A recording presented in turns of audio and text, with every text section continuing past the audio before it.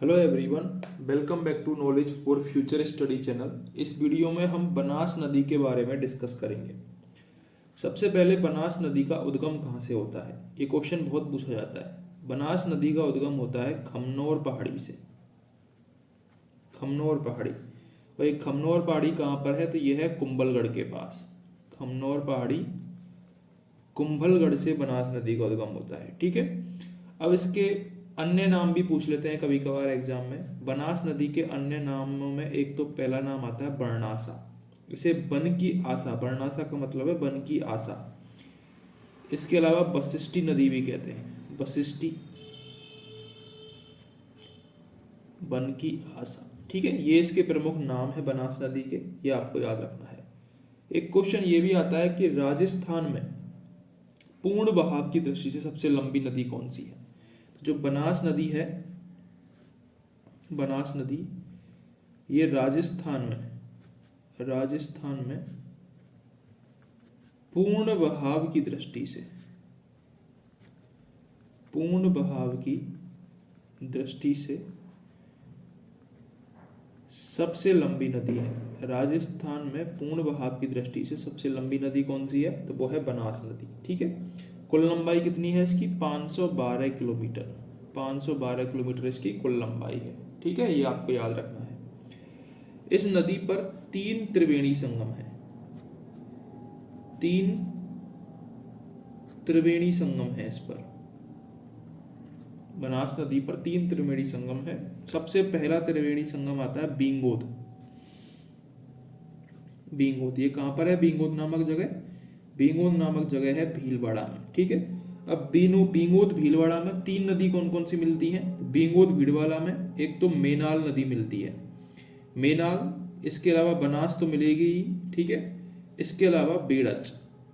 तो कौन कौन सी हो गई, मेनाल, बनास और बेड़च, ये तीनों मिलती हैं बींगोद भीलवाड़ा में। ठीक है, दूसरा जो त्रिवेणी संगम बनाती है बनास नदी, वो बनाती है बीसलपुर में, देवली गांव के निकट बीसलपुर में बनाती है। ठीक है, और बीसलपुर में कौन कौन सी नदी मिलती है, बीसलपुर में एक तो मिलती है डाई नदी, प्लस एक मिलती है खारी। ठीक है, और एक मिलती है बनास। ये तीनों नदी मिलती है। बीसलपुर कहाँ पर है, टोंक में, तो सभी को पता ही होगा। तीसरा जो त्रिवेणी संगम है बनास नदी का, वो है रामेश्वरम सवाई माधोपुर में। रामेश्वरम सवाई माधोपुर में।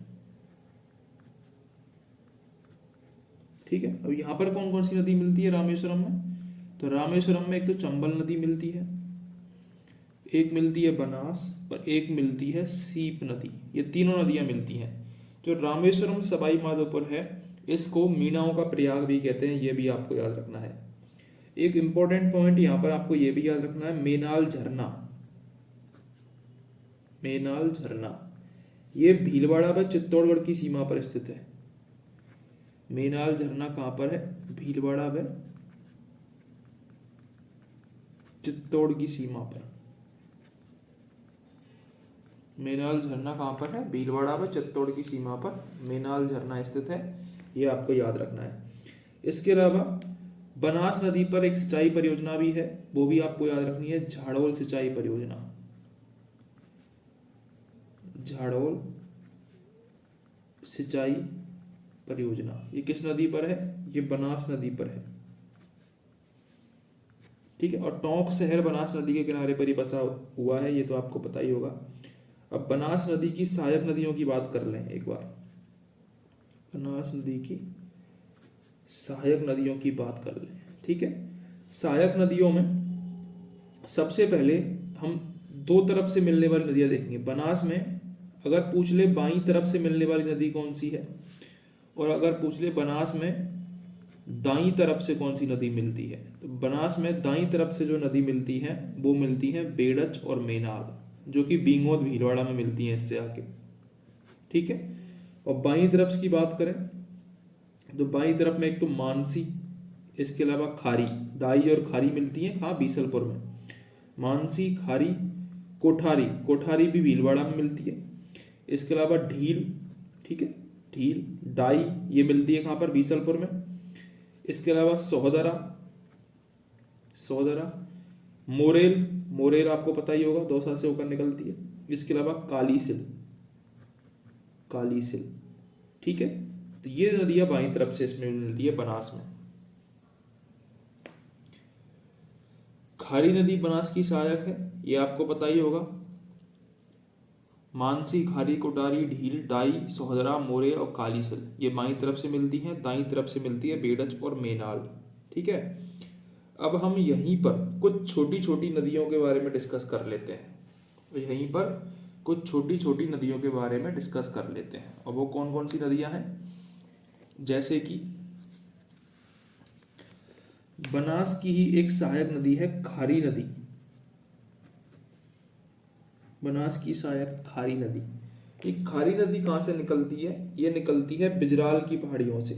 कहाँ से, बिजराल की पहाड़ियों से। ये क्वेश्चन बहुत पूछा जाता है, खारी नदी कहाँ से निकलती है। खारी नदी निकलती है बिजराल की पहाड़ियों से, ठीक है।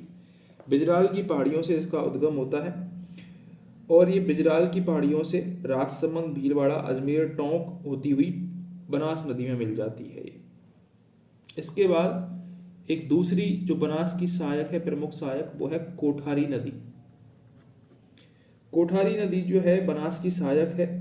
ये कहाँ से निकलती है, कोठारी नदी भीलवाड़ा में। इसके कोठारी नदी मेजा बांध बना हुआ है कोठारी नदी पर, भीलवाड़ा में, ठीक है। ये भी आपको याद रखना है, कोठारी नदी पर मेजा बांध बना हुआ है, बहुत पूछा जाता है क्वेश्चन। कोठारी नदी पर मेजा बांध बनाया हुआ है भीलवाड़ा में, ठीक है। तो ये आपको याद रखना है, एक तो कोठारी नदी। इसके बाद एक प्रमुख नदी है बेड़च नदी। बेड़च नदी, बेड़च नदी सभ्यताओं के लिए भी इंपॉर्टेंट है, क्योंकि आहड़ सभ्यता इसके किनारे बसी हुई है, बेड़च नदी के किनारे, ठीक है। तो जो बेड़च नदी है ये बनास की सहायक नदी है। इसको ही आयड़ नदी भी कहते हैं, इसको ही आयड़ नदी भी कहते हैं, ठीक है।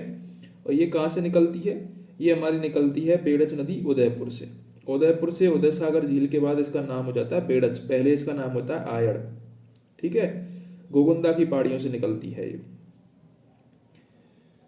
तो ये आपको याद रखना है, बेड़च नदी कहाँ से निकलती है, गोगुंदा की पहाड़ी से।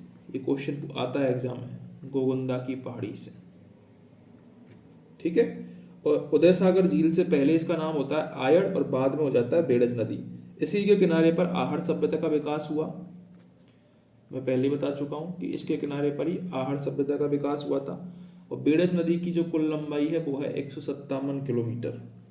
भीलवाड़ा जिले की मांडलगढ़ तहसील में बींगोद नामक जगह पर आकर बनास नदी में मिल जाती है। मैं पहले ही बता चुका हूँ, मेनाल, बनास और बेड़च ये तीनों मिलती है बींगोद में, ठीक है।